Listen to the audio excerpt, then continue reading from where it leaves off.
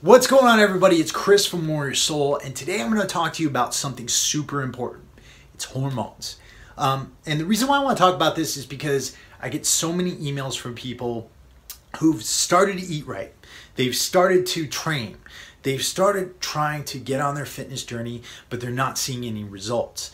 And the fact is that if you're out of balance with your hormones, you can actually really experience a lot of difficulty in trying to get rid of that belly fat and experience a lot of difficulty in putting on muscle, and in fact experience a lot of difficulty in feeling good about yourself.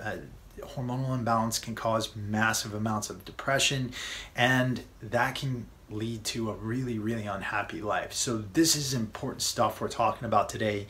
So watch this video all the way through and make sure that you subscribe to my channel, because a lot of what I talk about involves hormonal balance, and a lot of the guests I bring on for the Warrior Soul podcast, they're experts in these areas. So make sure you're checking out those videos, make sure you're subscribing to the channel, and make sure that you're paying attention.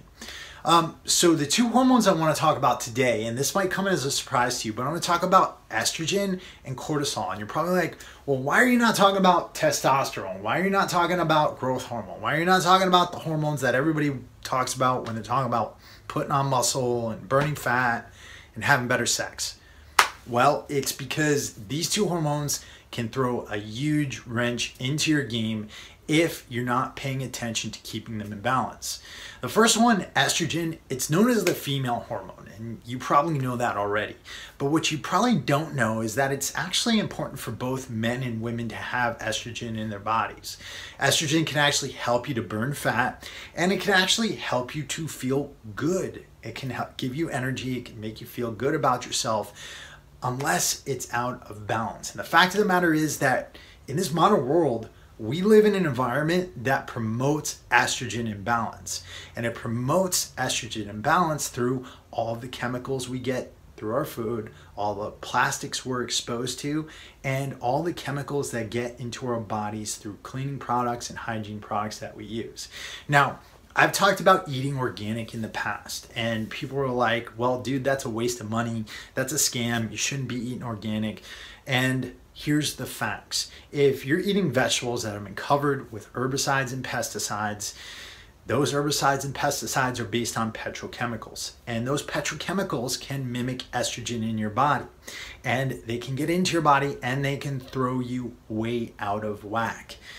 So my advice there is make sure that you're eating organic vegetables and fruits. And also, if you're eating animal products, make sure they're animal products that have not been treated with hormones, because those hormones can get into your body and they can mimic your own hormones and throw you way out of whack. In particular, estrogens have a really easy time of getting into your body.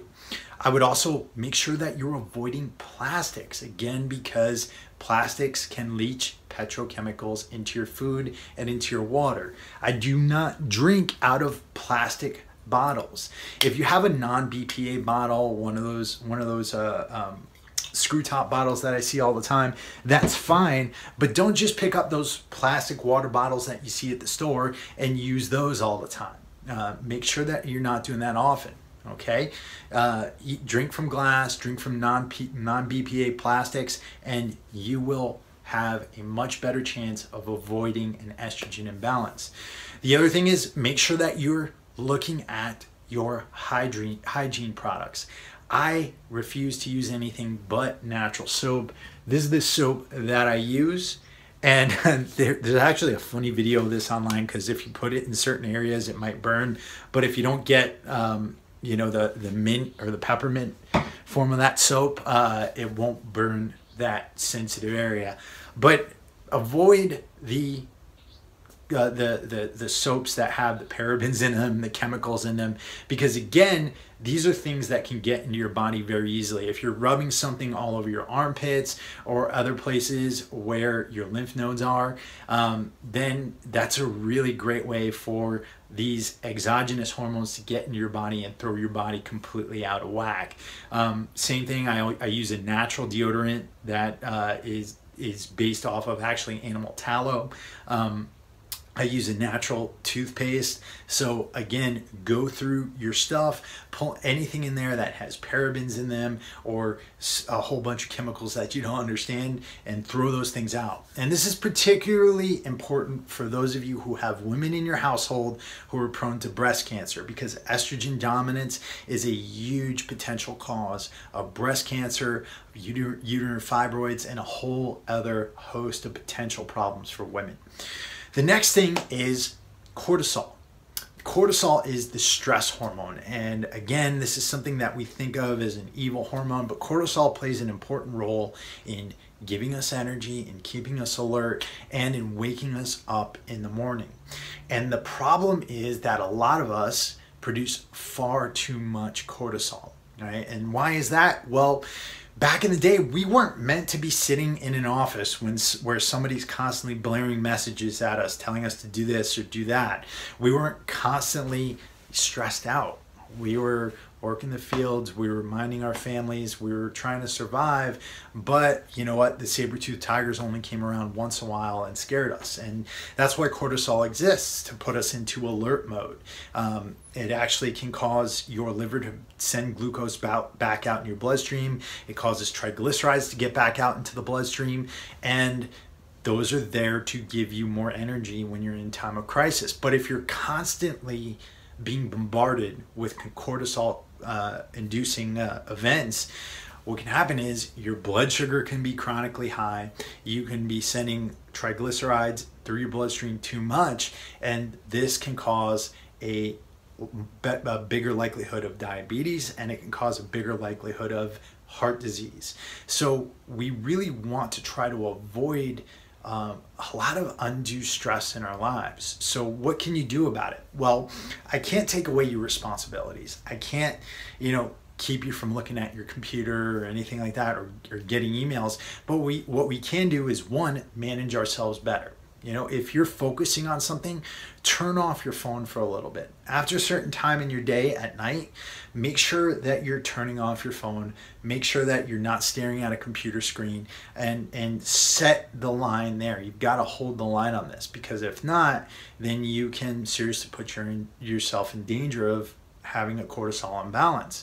The other thing is, when you're sleeping, get rid of all the appliances in your room. Get yourself an analog alarm clock that's not attached to your phone, so you're not being woken up all the time. And that's because sleep is so important for helping us to manage our stress levels, to manage our cortisol levels, and for producing hormonal health.